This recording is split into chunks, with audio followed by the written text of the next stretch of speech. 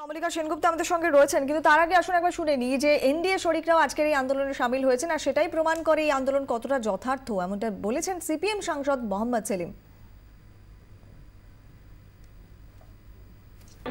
আমরা আসলে এখানে ধর্ণা দিচ্ছি এবং আনএক্সপেক্টেডলি এমনকি যারা সরকারের পক্ষে ছিল এমন সাংসদও চলে এসছেন এবং তারপরে দাঁড়িয়ে মানুষের যে যন্ত্রণা, যেমন ধরো এডিএমকে, আগে তো ভাবতে পারোনি তুমি এডিএমকে আসছে তো সেখানে দাঁড়িয়ে এবং আরও অনেকে আছে যারা হয়তো আজ হাজির হয়নি, কিন্তু বিজেপির একটা বড় অংশ যারা মানুষের কথা ভাবছে তারাও কিন্তু সমর্থন করছে, কারণ তারা চাই যে সংসদে আলোচনা হোক।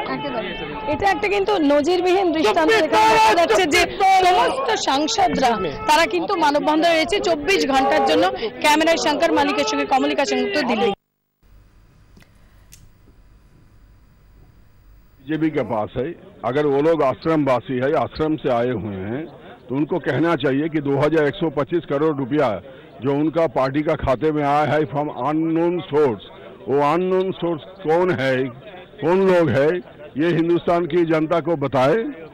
वो जो उन्होंने जो रिटर्न फाइल किया उसमें उन्होंने बोला कि 2125 करोड़ रुपया उनको मिला है फ्रॉम अननोन सोर्स। ये प्रधानमंत्री जी का ये बेबुनियाद एक इल्जाम है। हम तो काले धन के पक्ष में नहीं है, हम काला धन जो प्रधानमंत्री जी देश की जनता के सामने ये वचन दिया था कि जितने सारे काले धन विदेश में है वो वापस लाएंगे, तो पहले वो तो वापस लेना चाहिए, उसका वो काम नहीं किया।